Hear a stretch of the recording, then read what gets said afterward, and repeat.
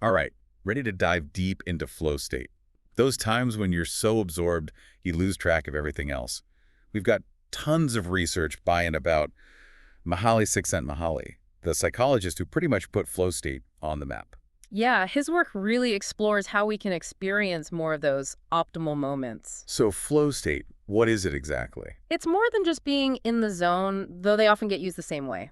Csikszentmihalyi describes it as like complete absorption in something that challenges you just the right amount, where your skills perfectly meet what the task needs. Okay, so not zoning out, more like being totally present. Exactly. And the cool thing is how this changes how we experience things. Time gets kind of warped, you stop being self-conscious, and you do the thing just because it feels good to do it. Not for praise or anything, just for the feeling itself. So it's way more than just getting stuff done. It's about enjoying what you're doing while you're doing it. Right. And this is where Csikszentmihalyi's work gets interesting. He separates activities that are enjoyable, the ones that can lead to flow, from those that are just pleasurable. Like binge watching your favorite show is pleasurable, but it's not really flow, is it? Exactly. But something like playing music where you're always learning and pushing yourself, that could lead to flow. Oh, right. He got fascinated by artists. Painters, sculptors, musicians who would get so into their work they'd forget about everything else.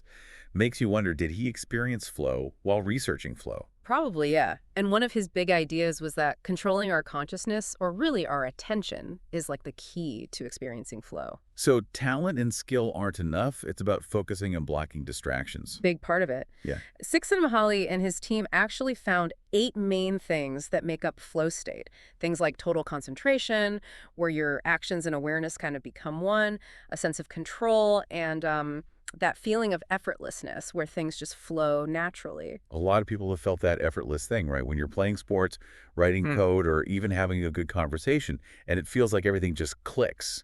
Exactly. Those are those peak moments. And they might seem fleeting, but Csikszentmihalyi's work shows we can actually make flow happen more if we know what makes it happen in the first place. Okay, now I'm interested.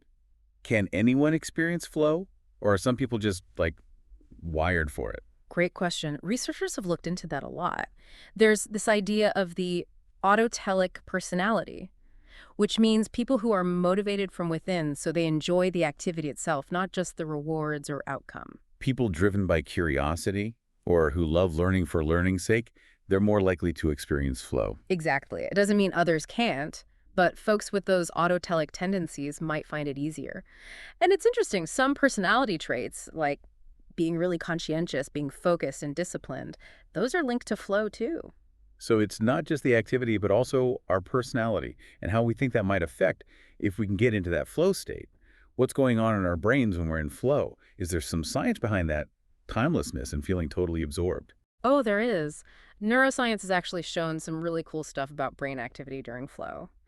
One finding is that the prefrontal cortex, the part that plans, decides, and is self-aware, it actually chills out during flow. So it's like our inner critic takes a break and we can just be in the moment. Totally. It's called transient hypofrontality, and it might explain why we lose track of time and feel that effortlessness during flow. And there's dopamine involved too, right? Right. Flow releases dopamine, which is linked to pleasure and feeling rewarded. Makes sense. If something feels good, we want more of it. Right. It's like our brains crave those flow experiences, and that has implications beyond just feeling good. Because it changes how we learn, how we perform, even how we feel about work. I definitely want to hear more about that. But before we go there, I'm curious, how did Csikszentmihalyi even get the idea for flow? What made him start researching it? Well, his early work actually came from watching artists. Oh, I think we already covered that. Whoops. So let's move on to... Well, his early work came from watching artists, painters, sculptors, musicians. He noticed how they'd get so absorbed in creating that they'd lose track of time, even themselves. Yeah, he wanted to figure out what was happening in those moments, and not just for artists, but anyone who gets that focused. Exactly. And that led him to look at flow in all sorts of things, from rock climbing and chess to surgery and even factory work. So it's not just for like creative types or athletes, it's in everyday life too. Oh, yeah. And it can have some pretty amazing effects. Think about how flow affects learning. There was this study about learning vocab, and students who got into flow while learning new words actually remembered them better and understood them more deeply. Wow, that's wild. It's like being in the zone makes you learn better. Imagine how fast I could pick up a new language if I could get into flow more often. Right. It's a cool thought. It makes you wonder if we could even teach students how to get into flow as part of learning. That would totally change education. But it's not just school stuff, right?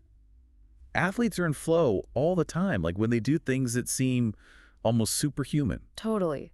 Think about a basketball player making that winning shot or a gymnast doing a perfect routine.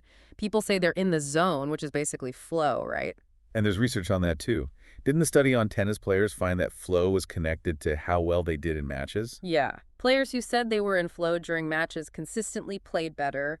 They were more accurate, faster, and made better decisions. Okay, so flow is important for learning and sports. But what about work? Can flow make us more productive, creative, even happier with our jobs? That's what a lot of researchers and companies are trying to figure out. And what they're finding is pretty exciting. Studies have found that people who experience flow at work are more engaged, more satisfied with their jobs, and even find their work more meaningful.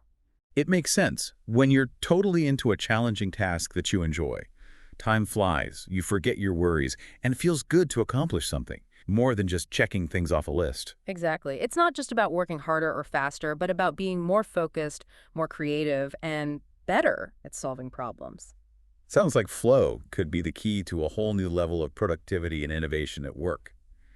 But I wonder, in our world where we're always connected and busy, can we even create the right conditions for flow, especially with workplaces that are so distracting? That's a good point.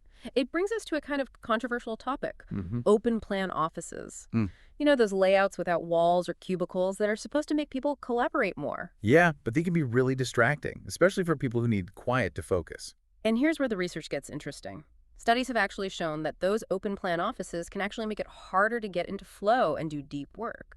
All that noise and movement and the lack of privacy make it tough to really concentrate.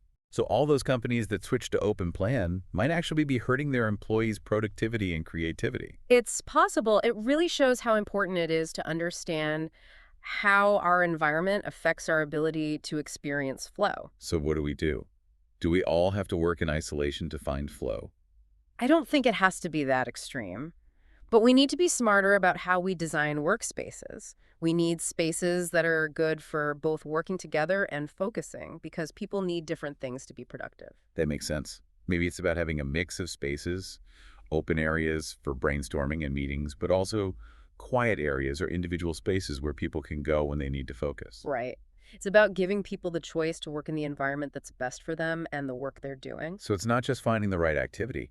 It's about creating the right conditions for flow, both around us and inside us. Which brings up the question I think everyone wants to know. How can we actually create more flow in our lives? Well, there are a few key strategies we can all try. Well, there are a few things we can try. And the first one might seem obvious, but it's super important. Setting clear goals. So before I even start writing or practicing or whatever, I need to know exactly what I'm going for. Exactly. Having a clear goal, it helps you focus your energy. It's like having a map instead of just wandering around. Makes sense. You're not wasting energy trying to figure out what to do. And remember, flow needs challenge to thrive. So once you've got that goal, make sure it pushes you just enough. Not too easy, not too hard. Exactly. Too easy and you get bored, too hard and you just get frustrated. Finding that sweet spot is key. But how do you even know when you found it? Well, it takes some trying things out, and you got to be okay with pushing your limits a bit. Say you're learning a new language, maybe try a text that's a little tougher than usual. Or if you're a musician, try improvising in a new key. So always looking for ways to learn and grow, like having a growth mindset. Exactly. And don't be scared to mess up along the way. Messing up is just feedback. It helps us get better. Okay, goals and challenge, got it. But even then, there are still distractions everywhere. Notifications, emails, messages. It's like they never stop. It's true. That's why the right environment is so important for flow. You got to minimize those distractions as much as you can. So silence the phone, close those extra tabs, maybe even find a quiet spot. Exactly. It's all about creating boundaries, like we talked about, protecting your attention so you can really focus on the task. You know, I'm realizing this isn't just about getting more done. It's about taking charge of what's happening in our minds, creating space for deeper focus. Absolutely. And it's not just the stuff around us, it's also the stuff inside, like Mhm. negative thoughts, self-doubt, worries that pop up and mess with our focus. So we need to be present, mindful, and focus on what we're doing. Yeah, big part of it. And flow is like a skill. The more we practice, the better we get. The more we create those conditions for flow, the easier it gets to find it. Instead of waiting for inspiration, we can train our minds to be ready for flow. Right. And one way to do that is using what I call flow triggers in our routines. These are things we do that help us get into that focused, energized mental state. Okay, examples. What kinds of things can trigger flow? It's different for everyone. It could be listening to certain music, taking a walk in nature, doing a quick meditation. The important thing is to try things out and see what works for you. So find the things that help you clear your head, focus, and feel energized, like warming up your flow muscles. Exactly. And like any habit, the more you do those trigger things, the easier to be to get into flow when you need it. This is making me feel like we actually have some control.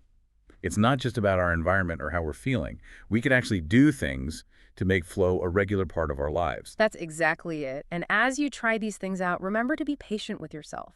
It's not about reaching some perfect flow state. It's about enjoying the process. Yeah, it's about the challenges, the setbacks, the moments of pure joy that come with pushing ourselves and discovering what we can do. I like that.